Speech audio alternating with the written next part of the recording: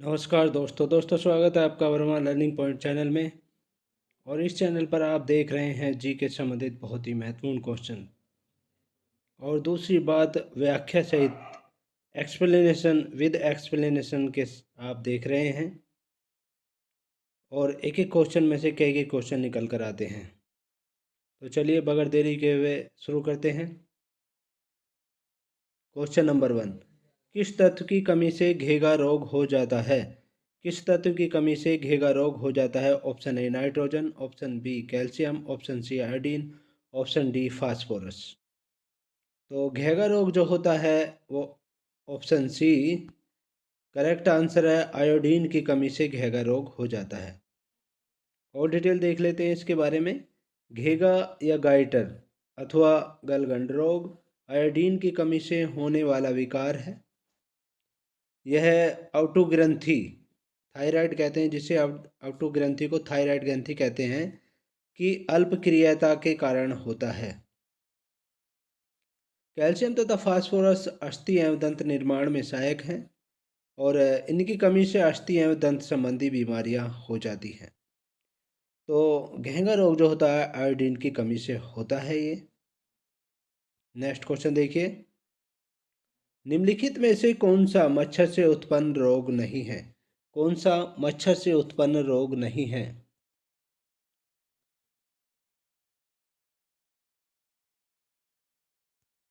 Option A dengue, option B Zika, option C chikungunya, option D दाद या ringworm.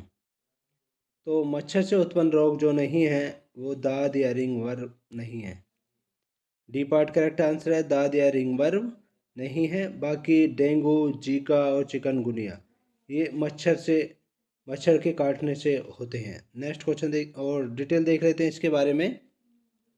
दाद ringworm एक कवक के द्वारा होने वाला रोग है जिसके कारण त्वचा पर लाल गोल धब्बे पड़ जाते हैं। और मच्छरों के काटने से इसका संक्रमण एक व्यक्ति से दूसरे व्यक्ति में नहीं होता है। जबकि डेंगू, जीका व चिकुनगुनिया विषाणु जनित रोग हैं जो मच्छरों द्वारा एक व्यक्ति से दूसरे व्यक्ति में उत्पन्न होते हैं। नेक्स्ट क्वेश्चन देखिए, निम्नलिखित में से कौन सी बीमारी प्राय दुग्ध द्वारा फैलती है? दूध द्वारा फैलती है कौन सी बीमारी? ऑप्शन ए क्षय रोग, ऑप्शन बी पीलिया रोग, option C diphtheria, option D हैजा रोग। तो इसका करेक्ट आंसर है ए और सी दोनों करेक्ट आंसर हैं, क्षय और डिप्थीरिया। क्षय और डिप्थीरिया दोनों करेक्ट आंसर हैं, ये दूध द्वारा फैलती हैं। और डिटेल देख लेते हैं इसके बारे में। संक्रमित दूध से क्षय तथा डिप्थीरिया रोग होता है और डिप्थीरिया रोग गले में खराश, भूख की कमी आदि का कारण है तथा क्षय रोग फेफड़ों को प्रभावित करता है। हाल ही में हुए अध्ययन से पता चलता है कि संक्रमित दूध से डिप्थीरिया रोग होता है और उत्तर प्रदेश अधीनस्थ सेवा चयन आयोग ने प्रश्न हेतु पूर्णांक अंक प्रदान किया है। तो क्षय और डिप्थीरिया रोग दोनों दूध द्वारा हो सकते हैं। नेक्स्ट क्वेश्चन देखिए, निम्नलिखित में से किस खनिज की कमी से एनीमिया होता है? निम्नलिखित में से किस खनिज की कमी से एनीमिया होता है? Option A magnesia, option B लोहा, ऑप्शन सी जस्ता, ऑप्शन सी सीसा। तो एनीमिया रोग जो होता है ऑप्शन बी करेक्ट आंसर है, लोहे की कमी से होता है। और डिटेल देख लेते हैं इसके बारे में। एनीमिया का सबसे सामान्य कारण लोहे तत्वों की कमी अर्थात रक्त की कमी होता है और इस रोग में शरीर की लाल रक्त कोशिकाओं का स्तर सामान्य से कम या हीमोग्लोबिन की मात्रा कम हो जाती है। और आपको बता दें कि एनीमिया से पीड़ित व्यक्ति को थकावट, ठंड लगना, चक्कर आना, सिर दर्द, सांस लेने में तकलीफ आदि परेशानियां रहती हैं। नेक्स्ट क्वेश्चन देखिए, जीवाणु के निराकरण के लिए जिस प्रकाश किरण को परखनली के अंदर वैकृत प्रयोगशाला में प्रयुक्त किया जाता है उसका नाम क्या है? क्वेश्चन दोबारा से सुनिए, जीवाणु के निराकरण के लिए जिस प्रकाश किरण को परखनली के अंदर वैकृत प्रयोगशाला में प्रयुक्त किया जाता है उसका नाम क्या है? ऑप्शन ए एक्स किरण, ऑप्शन बी अवरक्त किरण, ऑप्शन सी सूक्ष्म तरंग विकिरण, ऑप्शन डी पराबैंगनी विकिरण। तो इसका करेक्ट आंसर है ऑप्शन डी, पराबैंगनी विकिरण। ऑप्शन डी पराबैंगनी विकिरण है उसका नाम। और डिटेल देख लेते हैं इसके बारे में। पराबैंगनी विकिरण की खोज जर्मन वैज्ञानिक जोहान विल्हेम रिटर ने की थी और ये तरंगे सूर्य के प्रकाश, स्पार्क आदि से उत्पन्न होती हैं। और इस विकिरण का जो उपयोग है अदृश्य लिखाई, अंगुली के निशानों का पता लगाने में और खाद्य पदार्थों के संरक्षण तथा जीवाणुओं को नष्ट करने में किया जाता है। तो पराबैंगनी किरणों की खोज जो है जर्मन वैज्ञानिक जोहान विल्हेम रिटर ने की थी। नेक्स्ट क्वेश्चन देखिए, निम्नलिखित में से कौन सा कंडीशनल अमीनो एसिड है? कौन सा कंडीशनल अमीनो एसिड है? Option A glutamic, option B aspartic, option C alanine, option D arginine. तो इसका करेक्ट आंसर है ऑप्शन डी आर्जिनिन। आर्जिनिन जो है कंडीशनल अमीनो एसिड है। और डिटेल देख लेते हैं इसके बारे में।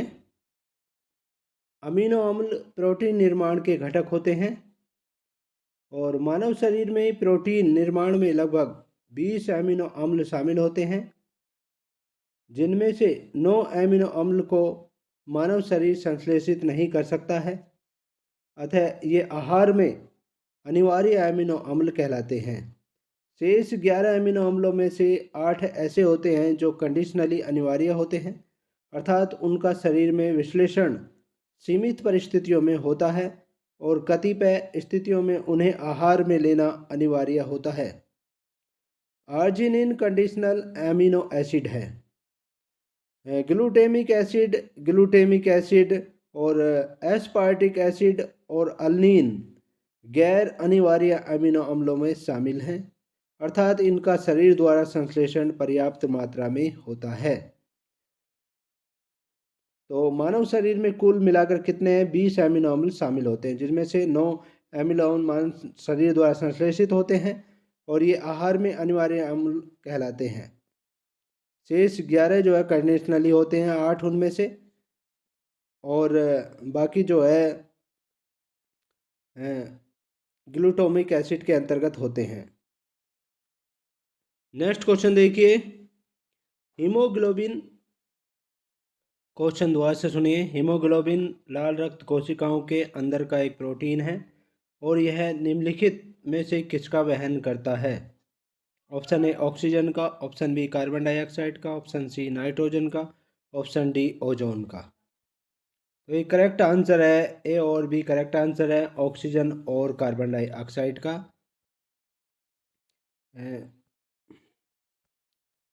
ए और बी, ऑक्सीजन और कार्बन डाइऑक्साइड दोनों का करते हैं, तो दोनों ऑप्शन करेक्ट हैं। और डिटेल देखिए इसके बारे में। हीमोग्लोबिन एक प्रोटीन है जो मानव रक्त में पाया जाता है और यह ऑक्सीजन और कार्बन डाइऑक्साइड का परिवहन करता है। इसमें हीम नामक लाल रंग का पदार्थ पाया जाता है जो इसे लाल रंग प्रदान करता है। एक स्वस्थ व्यक्ति में हीमोग्लोबिन की मात्रा 12 से 16 ग्राम प्रति 100 मिलीलीटर रुधिर होती है, यानी 100 मिलीलीटर रुधिर में 12 से 16 ग्राम प्रति हीमोग्लोबिन की मात्रा होती है एक स्वस्थ व्यक्ति में। यूपीएससी SSC ने संशोधित उत्तर पत्रक में स्पेशल के लिए पूर्ण अंक प्रदान किया है। नेक्स्ट क्वेश्चन देखिए, निम्नलिखित में से किसे निकट दृष्टि दोष के रूप में जाना जाता है? निम्नलिखित में से किसे निकटदर्शी दोष के रूप में जाना जाता है? Option A hypermetropia, option B hyperopia, option C myopia, option D astigmatism. तो इसका करेक्ट आंसर है option C myopia. Option C myopia को निकट दृष्टि दोष के रूप में जाना जाता है। और डिटेल देख लेते हैं इसके बारे में। मायोपिया को निकट दृष्टि दोष के रूप में जाना जाता है। इस दोष से युक्त नेत्र द्वारा मनुष्य को पास की वस्तुएं साफ दिखाई देती हैं, परंतु एक निश्चित दूरी से आगे की वस्तुएं स्पष्ट नहीं दिखाई देती। इसमें अनंत से आने वाली किरणें रेटिना पर फोकस में होकर दृष्टि पटल के आगे ही फोकस हो जाती हैं। इसलिए रेटिना पर स्पष्ट प्रतिबिंब नहीं बनता है। और आपको बता दें कि निकट दृष्टि दोष का कारण नेत्र लेंस के पृष्ठों की वक्रता का बढ़ जाना है, जिससे उसकी फोकस दूरी कम हो जाती है या नेत्र लेंस व रेटिना के बीच की दूरी बढ़ जाती है। निकट दृष्टि दोष के निवारण हेतु अवसर लेंस का उपयोग किया जाता है। तो निकट मायोपिया को निकट दृष्टि दोष के रूप में जाना जाता है। इसमें पास की वस्तु साफ दिखाई देती है, दूर की वस्तु स्पष्ट नहीं दिखाई देती हैं। नेक्स्ट क्वेश्चन देखिए, इसमें कोई फर्क नहीं पड़ता कि आप दर्पण से कितनी दूरी पर खड़े हैं, आपका प्रतिबिंब सीधा दिखाई पड़ता है, यह कौन सा दर्पण हो सकता है?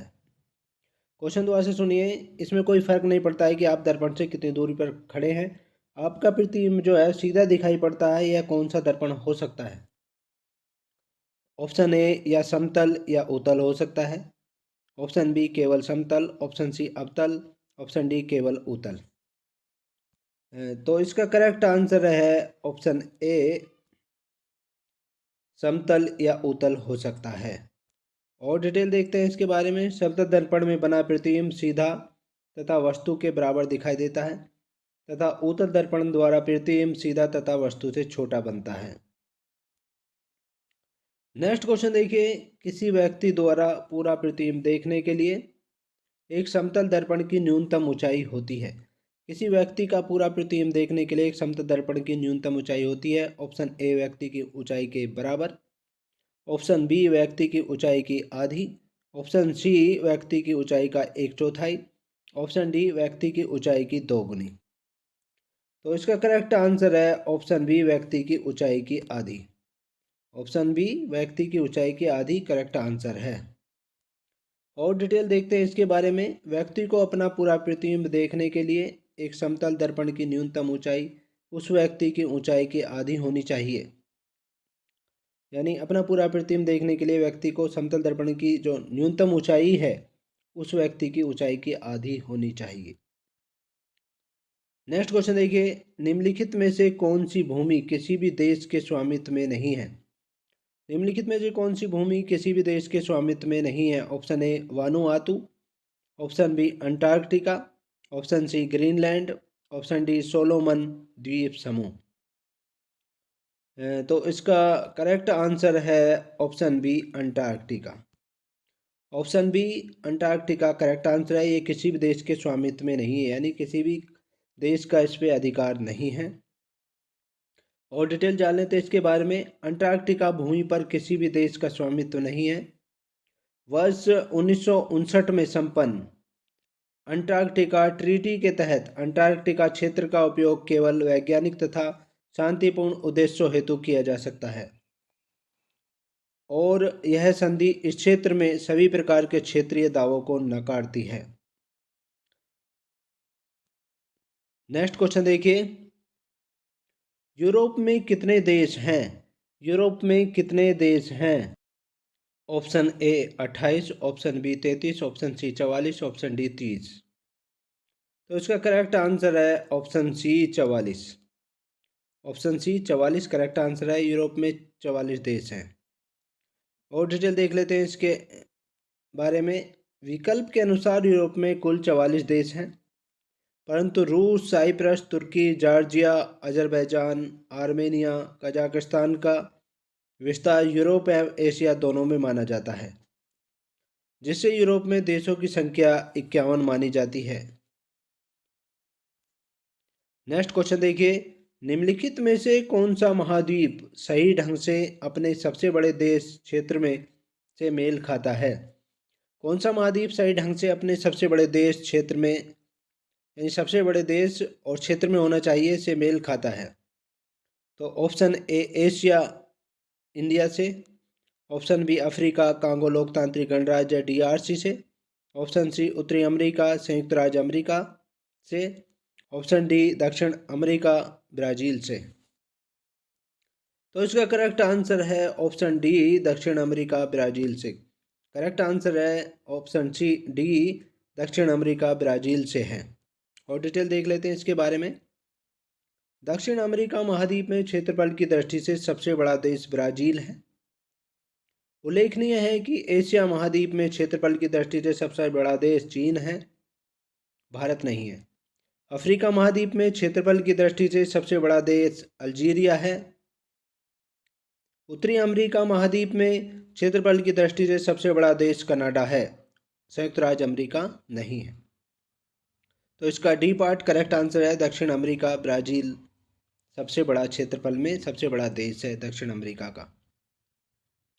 नेक्स्ट क्वेश्चन देखिए, निम्नलिखित में से किस महाद्वीप में सवाना घास के मैदान नहीं है? निम्नलिखित में से किस महाद्वीप में सवाना घास के मैदान नहीं है? ऑप्शन ए अफ्रीका में, ऑप्शन बी यूरोप में, ऑप्शन सी अमेरिका में, ऑप्शन डी ऑस्ट्रेलिया में।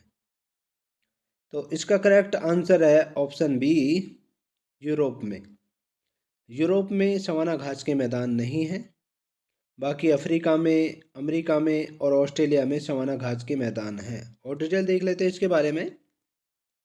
सवाना घास के मैदान उष्णकटिबंधीय घास मैदान हैं जो उष्णकटिबंधीय वर्षा वनों और मरुस्थलीय बायोम के बीच लहरदार बिखरे घास मैदान के रूप में पाए जाते हैं। सवाना घास के मैदान मुख्यतः पूर्वी अफ्रीका में फैले हैं। इसके अतिरिक्त ये घास के मैदान दक्षिण अमेरिका के अंतर्गत वेनेजुएला, ब्राज़ील, उरुग्वे, अर्जेंटीना आदि में फैले हैं और ऑस्ट्रेलिया में भी पाए जाते हैं, जबकि यूरोप में सवाना घास के मैदान नहीं पाए जाते हैं। तो इसका करेक्ट आंसर यूरोप है। नेक्स्ट क्वेश्चन देखिए, निम्नलिखित में से कौन सा हिंद महासागर में दूसरा सबसे बड़ा द्वीप है? निम्नलिखित में से कौन सा हिंद महासागर में दूसरा सबसे बड़ा द्वीप है? Option A Grande Terre, option B Sri Lanka, option C Zanzibar, option D Socotra. तो हिंद महासागर में दूसरा सबसे बड़ा द्वीप जो है वो बी पार्ट करेक्ट आंसर है, श्रीलंका है। और डिटेल देख लेते हैं इसके बारे में। हिंद महासागर का सबसे बड़ा द्वीप मेडागास्कर है, जो हिंद महासागर के दक्षिण पश्चिम में अवस्थित है और इसका क्षेत्रफल 5,87,713 वर्ग किलोमीटर है। हिंद महासागर का दूसरा सबसे बड़ा द्वीप श्रीलंका है और आपको बता दें कि ग्रीनलैंड क्षेत्रफल की दृष्टि से विश्व का सबसे बड़ा द्वीप है। क्षेत्रफल की दृष्टि से ग्रीनलैंड सबसे बड़ा द्वीप है। नेक्स्ट क्वेश्चन देखिए, डेन्यूब नदी का उद्गम किस देश में है? डेन्यूब नदी का उद्गम किस देश में है? ऑप्शन ए हंगरी में, ऑप्शन बी जर्मनी में, ऑप्शन सी रोमानिया में, ऑप्शन डी ऑस्ट्रिया में। तो इसका करेक्ट आंसर है ऑप्शन बी जर्मनी में है। डेन्यूब नदी का उद्गम जर्मनी देश में है। और डिटेल देख लेते हैं इसके बारे में। डेन्यूब नदी मध्य यूरोप में बहने वाली एक नदी है। यह जर्मनी के ब्लैक फॉरेस्ट से निकलती है और काला सागर में मिल जाती है। जर्मनी के ब्लैक फॉरेस्ट में निकलती है और काला सागर में मिल जाती है। डेन्यूब नदी 10 देशों से गुजरती है, जिसमें Germany, Austria, Slovakia, Hungary, Croatia, Serbia, Bulgaria, Moldova, Ukraine और रोमानिया हैं। 10 देशों से गुजरती है ये। दोबारा से सुनिए, Germany, Australia, Slovakia, Hungary, Croatia, Serbia, Bulgaria, Moldova, Ukraine और रोमानिया। और वोल्गा नदी के बाद डैन्यूब नदी यूरोप की दूसरी सबसे लंबी नदी है। यूरोप की पहली सबसे लंबी नदी वोल्गा नदी है, उसके बाद में यूरोप की सबसे लंबी नदी डैन्यूब नदी है। नेक्स्ट क्वेश्चन देखिए, कौन सी नदी पूर्वी चीन सागर में मिलती है? कौन सी नदी पूर्वी चीन सागर में मिलती है? Option A Mekong, option B Pearl, option C Ganga, option D Yangtze. तो इसका करेक्ट आंसर है option D Yangtze. D Yangtze पूर्वी चीन सागर में गिरती है। और यांगजी या यांगसे या यांगटीसी नदी पूर्वी चीन सागर में गिरती है। मेकांग नदी दक्षिण चीन सागर में गिरती है और गंगा नदी बंगाल की खाड़ी में गिरती है। नेक्स्ट क्वेश्चन देखिए, निम्नलिखित में से कौन सी नदी विषुवत रेखा को 2 बार पार करती है? निम्नलिखित में से कौन सी नदी विषुवत रेखा को 2 बार पार करती है? ऑप्शन ए अमेजन नदी, ऑप्शन बी नील नदी, ऑप्शन सी कांगो नदी, ऑप्शन डी नाइजर नदी। तो इसका करेक्ट आंसर है ऑप्शन सी कांगो नदी। कांगो नदी विषुवत रेखा को 2 बार पार करती है। और डिटेल देखते हैं इसके बारे में।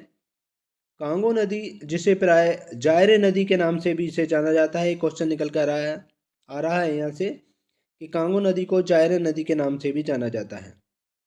ये विषुवत रेखा को 2 बार पार करती है और यह 4700 किलोमीटर लंबी है। कितनी किलोमीटर लंबी है? 4700 किलोमीटर लंबी है ये।